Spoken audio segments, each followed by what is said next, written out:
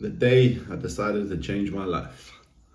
Now I'm looking at this picture. It's from January 2021, and it's on the screen for you to see. And for some of you, you might think, well, what's special about this picture? What's bad about this picture?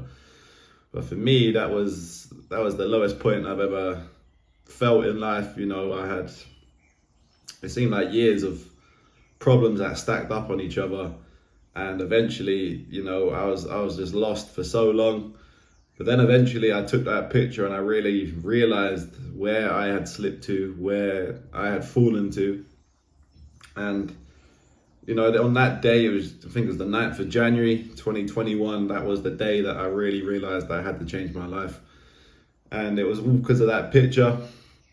Now, there's some backstory to how I got to that picture, and it's strange because when I'm thinking about it, a lot of the problems, when the problems actually happened, that picture wasn't really the height of the problems. A lot of the problems happened when I was in England. I had, that's when I kind of got depressed. That's when I had alopecia. My hair was falling out. I couldn't, I was working. I had my own business at the time, which was struggling. I had to go take a job. I worked as a postman for a few weeks, and I just crumbled as a person. I crumbled mentally. I just felt destroyed. And then eventually I decided to move to Spain, and that picture that you just saw there was in Spain about a year or two after I had moved. But I moved to Spain thinking that would be like a reset. I'm going to restart my life. Everything's going to be better in Spain. But when I got to Spain, I continued to slip and I continued to go downhill. And then COVID hit. Everyone was locked down. That didn't make it any better. So yeah, when I took that picture, I was at my lowest point. I'd always been, I'd always kept healthy. I'd always been to the gym. I'd always been able to work a job and, hang on to that job, do well in that job. And then I got to this point where I couldn't get myself to work. I had no confidence in myself. My hair had grown back from alopecia, but I was still depressed.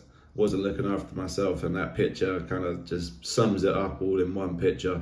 And I still look at that picture and think, right, look how shit I look there. And that was the picture that I took, and it really was the catalyst for me to change my life. And I think sometimes you need to actually stop and look at yourself in the mirror and just realize, look how far I've fallen down, look how low, look what I've become. And that needs to be the fire. That was a fire for me. That fire lit. I had years of no fire in my stomach, no fight. But then eventually I took that picture, and it just all, I just realized I snapped out of it. And I was like, wow, I need to do something about this. So, on that day, I remember having a workout. I hadn't been working out for months and months, but that day I was like, right, it's time to change this. Started working out, started, practicing my Spanish again, looking for jobs, reading books, listening to podcasts, trying to, fix myself, move myself forward. And it all started from that picture. So, if you feel like you've got no fight in you, if you feel like, you're at your lowest point, just look yourself in the mirror and get that fire lit to go take action. And my recommendation would be to really focus on your health and fitness as the first pillar to, fixing your life, saving your life, rebuilding your life. Health and fitness can do all of those things. You can track your results. You can track, you can see your results as well. It gives you discipline. It gives you confidence. It gives you health. I think it's the most important pillar to start rebuilding your life is to have a focus on your health and fitness.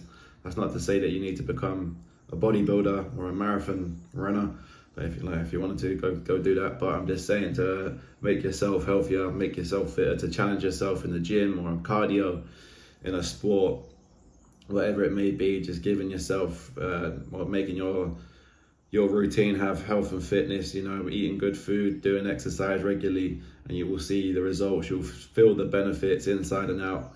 And that is the first and most important pillar for me to build and rebuild my life. And I think that is the same for everyone else out there.